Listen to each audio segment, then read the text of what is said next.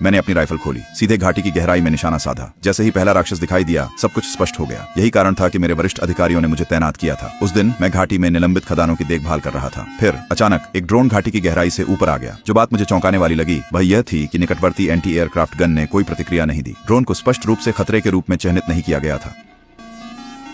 मैं जो देख रहा था उसे समझ नहीं पा रहा था। मैंने अपने सामने की वॉच टावर में अन्ना की ओर देखा। उसके चेहरे के भाव ने मुझे बताया कि उसने भी ऐसा कुछ कभी नहीं देखा था। हम दोनों ही उच्च श्रेणी के स्नाइपर थे, एक अमेरिकी, एक रूसी, चुपचाप इस अभिशप्त घाटी में तैनात थे। स्थानीय लोग इसे नर्क का द्वार कहते थे। घाटी नियमित रूप से राक्षसों को बाहर निकालने का एक तरीका था जिन्हें वे खोखले आदमी कहते थे। पिछले 1 साल से हमारे आदेश सरल थे, एक दूसरे से कोई संपर्क नहीं, बिल्कुल नहीं। लेकिन अन्ना ने उस आदेश का पालन करना लगभग असंभव बना दिया।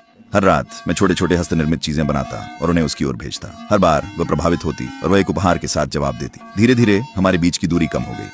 हमारी ड्यूटी के अलावा हर जागते पल हम इसी तरह अपना समय बिताते थे। दृश्य संपर्क अभी भी मना था, लेकिन उसे देखना ही मेरे अंदर कुछ शांत करने के लिए काफी था। उस सर्दी में हम अच्छे थे, मुझे लगा कि यह ऐसे ही रहेगा। फिर उसे खबर मिली कि उसके पिता का निधन हो गया है। वह अपनी कुर्सी पर अकेली बैठी रो रही थी। मैं उसके पास दौड़कर जाना चाहता था, लेकिन मैं कुछ नहीं कर सकता था। दोनों वॉच टावर लगभग 1 किलोमीटर दूर थे। उस दिन से मैं लंबे समय तक किनारे पर नहीं रह सका। अगले दिन मैंने एक आरपीजी उठाया, वॉरहेड हटा दिया, पूंछ के सिरे पर एक ताला बांधा और केबल को सावधानी से जमीन पर बिछा दिया। अन्ना ने इसे देखा। वो समझ गई लगती थी। उसकी नजरें मुझ पर थीं। मैंने धीरे धीरे आरपीजी उठाया और ट्रिगर दबाया। राउंड बाहर निकला, घाटी को पार किया और उसकी तरफ जाकर गिरा। वो दौड़ कर गई, केबल को लॉक किया, फिर ऊपर देखा और मुझे देखकर मुस्कुराई।